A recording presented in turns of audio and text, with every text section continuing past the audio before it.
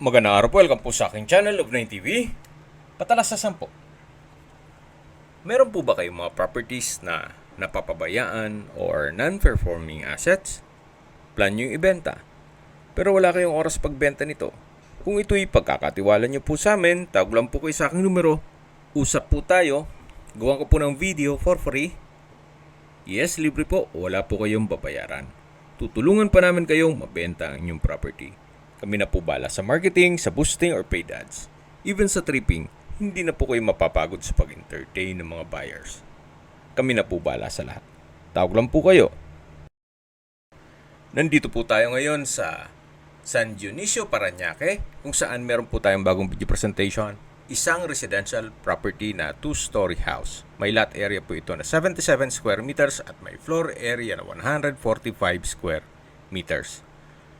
May 3 bedrooms, 2 bathrooms, balcony, fully furnished na may 3 units inverter aircon, sala set, TV, bed frame, inverter refrigerator, washing machine, dining set, gas range at marami pa pong iba. Ito po yung end unit kaya meron pong setback. Kapag niretso po yun, meron pong isang maliit na kwarto. Ito naman po yung main door na meron pong double aluminum screen door. At welcome po dito sa bahay ni Sir. Lahat pong nakikita nyong gamit pero sa personal stuff nila ay kasama po yan. So meron pong sala set, split type aircon, open concept lang po mula dito sa living area hanggang dining area. Kaya maaliwalas naman siya. Meron pong wall mounted TV at sa dulo po ay meron pong pintuan dito sa may understairs storage. So high ceiling naman po siya at well maintained. At dito naman po yung dining area na meron pong 4-seater na wooden dining set.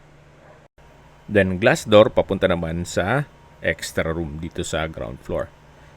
Ito naman po yung formal kitchen. May tiled kitchen countertop, wall-mounted kitchen cabinet, at storage ng kitchen utensils. Yan po yung inverter na refrigerator. At kasama po yan. Ito naman po yung common toilet and bath. Maayos naman ang toilet fixtures.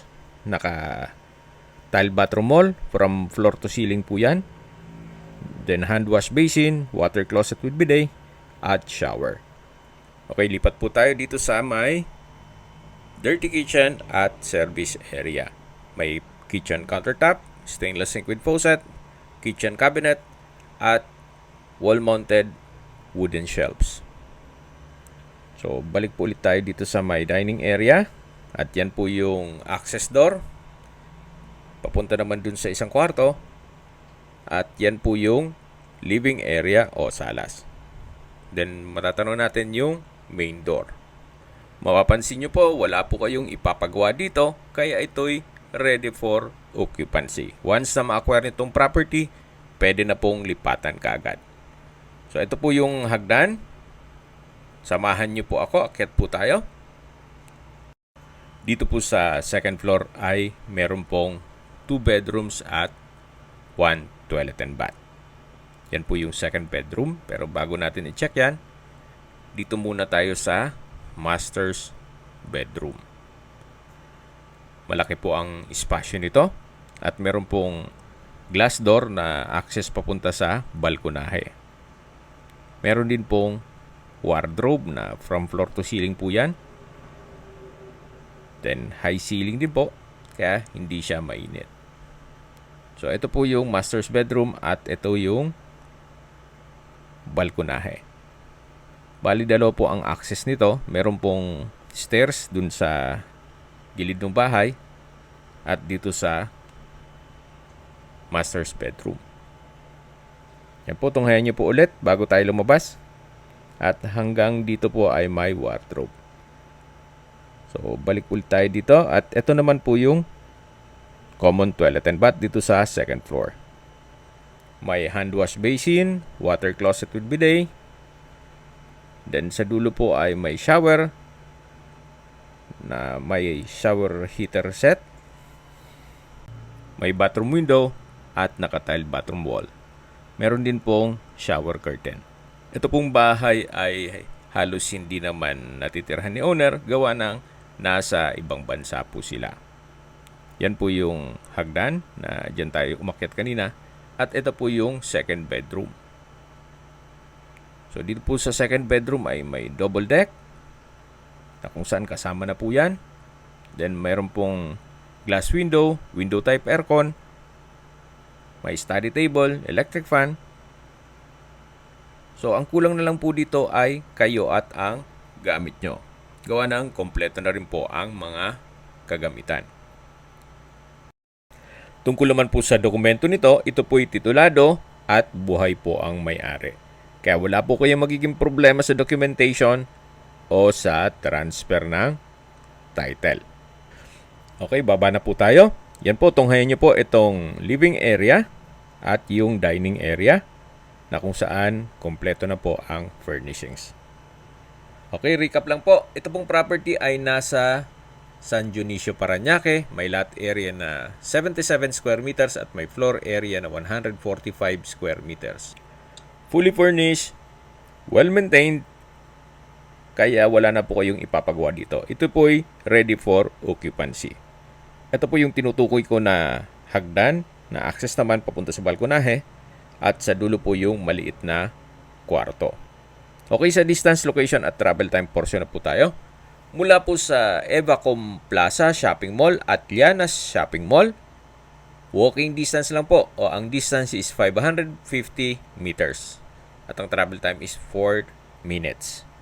Mula naman po sa Universal College of Parañaque, ang distance is 2.3 kilometers at ang travel time is 18 minutes. Mula naman po sa Walter Mart Sukat, ang distance is 1.6 kilometers at ang travel time is 6 minutes. Kung manggagaling naman po sa SM Sukat, ang distance is 3.3 kilometers at ang travel time is 11 minutes. Kung manggagaling naman po sa hospital o sa Olivares Hospital, ang distance is 1.5 kilometers at ang travel time is 7 minutes. Yan po yung lagi kong binabanggit sa aking video na dapat niyo i-consider sa paghanap ng property, yung meron pong malapit na hospital. Hindi ko naman po sinasabing sakitin kayo, yan naman po for emergency purpose lang naman. At mula naman po sa airport, ang distance is 12.1 kilometers at ang travel time is 25 minutes. Okay, sa presyo na po tayo. Binebenta po ito ni owner sa halagang 6 million pesos, which is fair deal na rin, gawa ng ito'y well-maintained at wala na po kayong ipapagawa dito. Hindi lang po doon, meron na rin pong mga furnishings o ito'y fully furnished. Kung may mga katanungan po kayo, tawag lang po kayo sa aking numero. At sa mga kababayan naman natin na sa ibang bansa, meron po akong Telegram. Sa mga iPhone user naman, may iMessage. Meron din pong Imo, Skype, Viber at WhatsApp. Same number lang po, 0917-316-3399. Sa mga nagtatanong naman po ng aming Facebook, meron po kaming Facebook page na Nov9TV at Facebook Real Video. Meron din pong TikTok at Instagram. May ibang YouTube channel po kami na The Nov9TV Channel, Nov9TV Listings, at Nov9TV On The Spot. Real talk, real fast. Sana po naibigan yung video presentation. Paki-like and subscribe na lang po sa aking channel para ma-update din po kayo sa aking future listings. Kung sakali po hanap nyo yung mas malaking sukat na lupa, meron din po kami ibang listings na pwede nyong pagpilian. Huwag po kayo mag-atubiling tumawag sa amin, then let us know your budget para malaman namin kung anong property pwede naming i-look sa inyo. Sa lahat ng viewer, subscriber, at nagtiwala po sa amin, salamat po sa suporta. Ingat po kayo lagi at yung pamilya. Maraming salamat po. So, maisingit ko lang po. Kung hanap nyo po isang ready for occupancy at murang bahay na malapit sa Manila, eto na po yung hinahanap nyo. Yan po'y opinion ko lang naman. Pero, subukan nyong ulitin 3 beses. Then, i-check nyo yung pricing dito sa mga property sa area ng Parañaque. Good deal na po ito. Okay, kung may mga katanungan po kayo, tawag lang po kayo sa akin. Salamat po.